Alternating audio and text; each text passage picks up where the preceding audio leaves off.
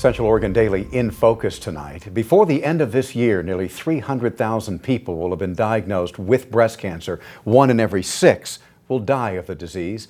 In just 3 days, though, the world is going to get a lot pinker as Breast Cancer Awareness Month kicks off. In small communities like Central Oregon, resources are often slim, forcing those with the diagnosis to fight harder and travel farther. St. Charles is working to change that, to bring more resources here. I got a look inside the breast cancer unit to see what's being done.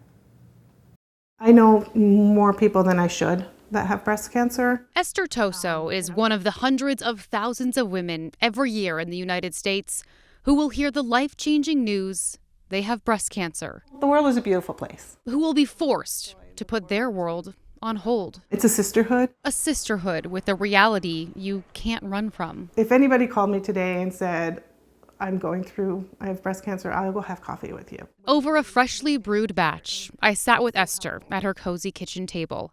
Her world-traveling family was in Sisters for Thanksgiving last year when a self-test made her pause. Even though you felt the lump, it blindsided you. Totally blindsided me. My health history is my family with diabetes or strokes or all these things. I never thought cancer was in my story. Her story is still being written. I have a desire to get to Turkey or to Egypt, to the really old places. But now includes fewer maps and a rush of doctor appointments, including a single mastectomy, a surgery she wasn't initially supposed to have. And originally it was only supposed to be a lumpectomy, but then they found more pieces of the cancer in my breast from an MRI. Dr. Caitlin Trong was the one who took the cancer out. I don't get the Mondays because I love my job. She moved to Bend from Denver just before Esther's diagnosis, making Esther one of her first patients here. She's also the hospital's first fellowship-trained breast surgeon.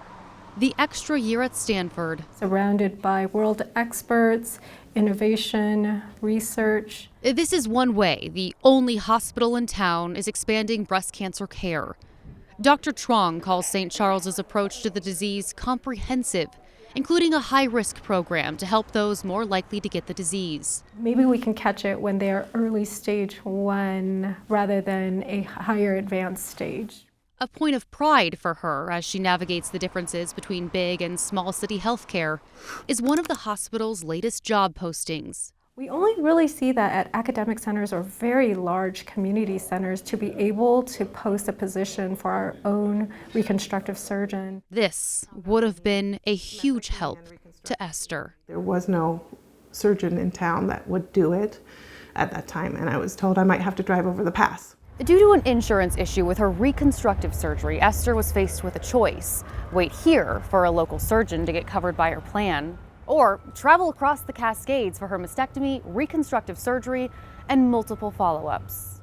Just to think of having to possibly be in a hotel to try to heal or drive over the pass in the pain that you're in, it's just ridiculous. She waited, pushing back her procedure 2 months. Now she waits again for her next scan to check if the cancer spread. Being in that in-between period right now, do you feel unease? When you had a cancer diagnosis, no matter what your journey's been, it's always going to be there. It can come back. So yeah, the unknown is hard. Well, you can't run from a cancer diagnosis. You can run to help others forced to join the sisterhood. On Sunday, survivors and supporters will run the Heaven Can Wait 5K, benefiting Sarah's project.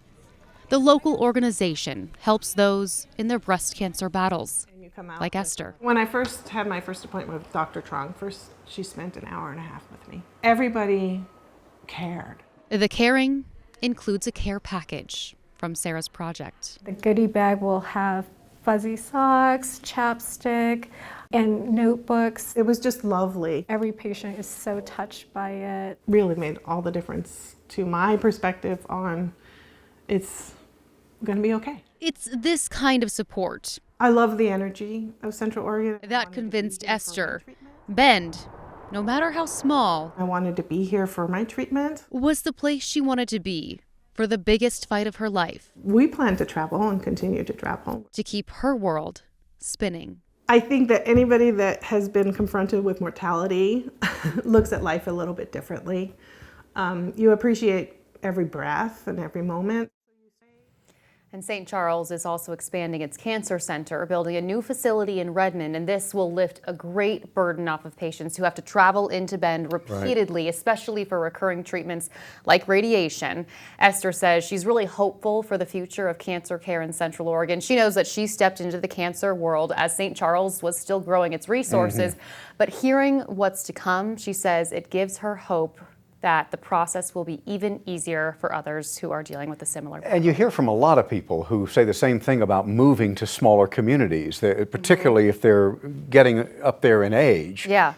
That is not her case, but certainly from those who are, that the resources just aren't there medically. Yeah. I need to be somewhere where if I have a heart attack, if I contract a disease, that I can get out there and find something. It's really nice to hear that things are starting to pick that up. has been the case for a lot of people in Central Oregon, but in this specific case for breast cancer care, St. Charles is really going all in, trying to make sure that patients have the resources they need. And Esther is planning to go to the Heaven Can Wait race on Sunday. St. Charles and her reconstructive surgeon, Dr. Emily Borsting, are sponsors of that race, so some of the most important people in her story will all be there supporting her.